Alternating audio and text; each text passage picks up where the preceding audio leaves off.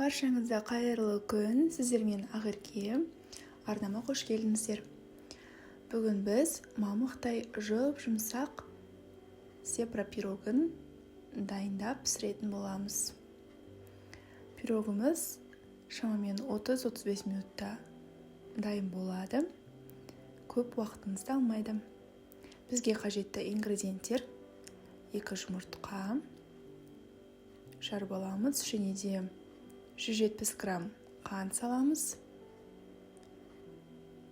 Аздап шым-шым тұз қосамыз. Және де миксердің көмегімен жақсылап араластырамыз.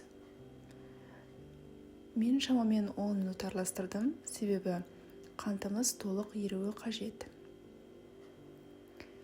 Және оның үстіне 70 грамм сұйық май, 100 грамм сүт қосамыз.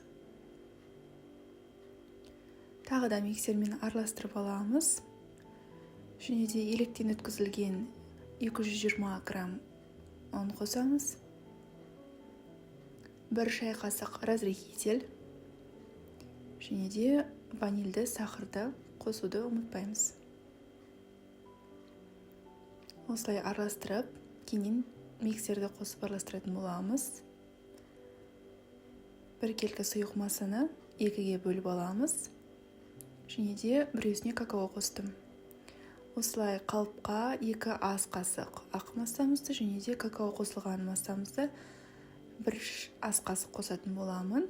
Сонда дұрыс шығады.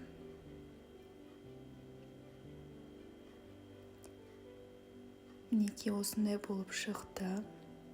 Барлық массамызды кезекпен құйып алғаннан кейін осылай бетін қалауыңызға қарай өрнектеп қойсаңыз болады. Және 180 градуста қызып тұрған пеште 30-35 минут пісіріп аламыз. Егер де рецепт ұнаған болса, оны жақындарыңызбен бөлісуді ұмытпаңыз. Мен ыстық уақытында турағандықтан осындай болып шықтым. Және де бөліп көрсетейін сіздерге. Осындай мамықтай жұмсақ сепра пирогымыз дайын.